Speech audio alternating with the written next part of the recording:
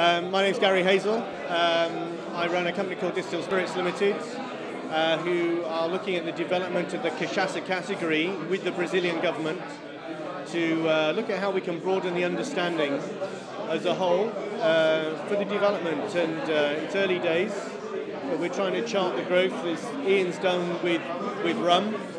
We are trying to do this with Cachaça as the defined category. Today was part of an open forum to try and get people to understand that the Cachaça category is immense. You know, there are, if you look at what's going on with rum, you know, there are over 4,000 brands in Brazil alone, and you know, equating to 150 different brand types, and there is massive growth potential. And it needs to be put on the global stage in the right way, that people actually understand that Cachaça is not just about limes and sugar in a glass. It can transcend other spirit categories. I mean, well, with rum agricole, yes, it's made from fresh cane, what's called pressed cane juice, very similar to Cachaça. But what Cachaça is trying to obtain, and what Cachaça, the image and the message Cachaça is trying to put across, is that it is about your terrain. It does have to be, has to come from Brazil. Just the same as with agricole, they do have different techniques. It is from certain areas. The AOC in Martinique actually determined that all the rum agricoles that have the Martinique stamp on their bottle has to come from Martinique, and one of the various producing rum agricole producers on that island. Cachaça wants to do the same thing. We don't want Cachaças from Portugal, made from grapes, being called Cachaça. We don't want cane spirits made in other countries being marketed as Cachaça. The Brazilians just want the same as the Mexicans have with tequila. You have an industry that is producing a spirit that is part of a lifestyle. It's more than just a spirit inside the bottle, it's a lifestyle in Brazil. And they basically want to get that recognition around the world. So they don't want to be determined as Brazilian rum. Hey, yeah, I'm the rum ambassador. I know what Brazilian rum is. I've tasted Brazilian rums. That's rums made from molasses, made in Brazil. Different from Cachaça, freshly pressed cane juice, slight different rate, different fermentation, comes up at still different levels. There's so many different points of differences. Cachaça and rums, cousins. It's a family. It's not twins, but they're cousins. Exactly. I think this is the important part of what I did in the presentation this morning. There is this development. I believe that through Ibrac, which is the sort of governing body in a way, if we can develop this like the AOC stamp, or as you have with the CRT with tequila, that this is only produced in Brazil. This is what needs to happen. Then it defines Cachaça as a spirit of Brazil. It is the only spirit.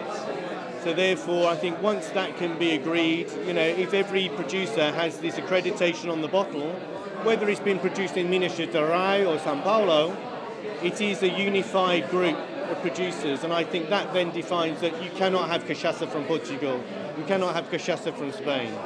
You know, it's defined own group. It is from the heart of Brazil. I think, you know, it's going to come down to, you know, you will have a stamp of Brazil on every bottle, and that defines that that bottle has been produced, whether it's through Amblec stills or whether it's through column stills. It is produced to a set of guidelines. And it is, whether you end up with a Brazilian flag on the bottle, that is, with Ibrac, that will be the accreditation that is needed to basically say, this is homegrown product. It's a market distinction. You have, for example, you have sparkling aged grape juice from a small little tiny region in France called Champagne. You're only allowed to put champagne on those bottles from that particular region. You cannot put champagne in a carver bottle. Made in Spain. Now there's some great carvers out there that beautifully balanced, beautifully aged, but they're not champagne. It's a mark of territory, it's a mark of quality, it's a signature of your individualness. And that's what, so when it answers your question, yes, you might have someone using exactly the same techniques, making a cane spirit in Argentina, in Chile, in Peru, but it's not going to be Cachaça. It's not going to be Brazilian Cachaça, and that's what a stamp or that's what a mark, which eventually will come. That's what will determine the quality and its point of difference from any other cane spirit using the same technique to make that particular product. It's very important. You know, at the moment, if you look at Germany's 30% of all exports out of Brazil, in essence, that is still back to brands such as Pitu and 51. which are entry. This is not disrespectful. It's not so much entry-level products, but it is what people have understood Cachaça is about. I think it's where you have the growth in all the different vodkas in the category of vodka. You have different distillates of gin, and you have different styles of rum, and you have different styles of whiskey. So this will happen to Cachaça. So the growth, I think, for the palette of basically the bars and the consumers basically for Europe is that they're trading up to premium brands across all the other categories. So therefore, Cachaça that comes in at entry level has done as an indigenous drink, the drink for the indigenous people, as people get to understand the complexities of the product, so therefore the range will grow. And I believe it's going to be in the premium end of the market that we'll see the growth of the brands on the back. I think by virtue of where it's the understanding at the moment, I think there will be this parity between cane spirit to start with. Once people get to understand a bit more about the nuances of what is in this product, so again, a Cachaça which is finished in pear wood or Cachaça that's finished in walnuts, that's where the differential will come to where it's paired off with, if you look, the other cane spirits.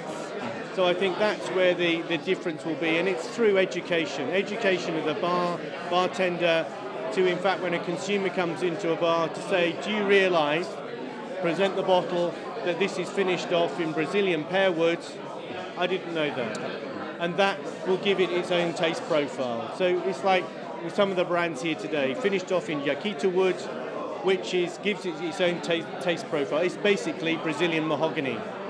So again, very dense wood, really imparts very little colour into Cachaça. So if you did the same with oak, with a whiskey, you'd end up with a product sort of amber colour. So this is where all this information needs to be imparted from the bar industry to the trade press, to the consumer press, to the consumer. As mixologists and bartenders, we love to try and create new flavors, new styles, and new styles of drinks. And we're always looking for either the next big ingredient or a key ingredient for that killer cocktail.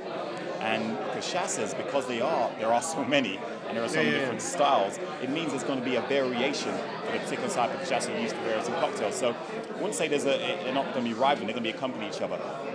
You're going to see bartenders using rum and Cachaça in certain types of cocktails. You might make a Brazilian Mai Tai, where you're using a rum from the Caribbean, traditional Caribbean, and you're using the Cachaça from Brazil. You might even go a little bit more adventurous and use a rum from the Caribbean, a rum agricole from the French Caribbean, and the Cachaça in a particular cocktail. So it's about versatility.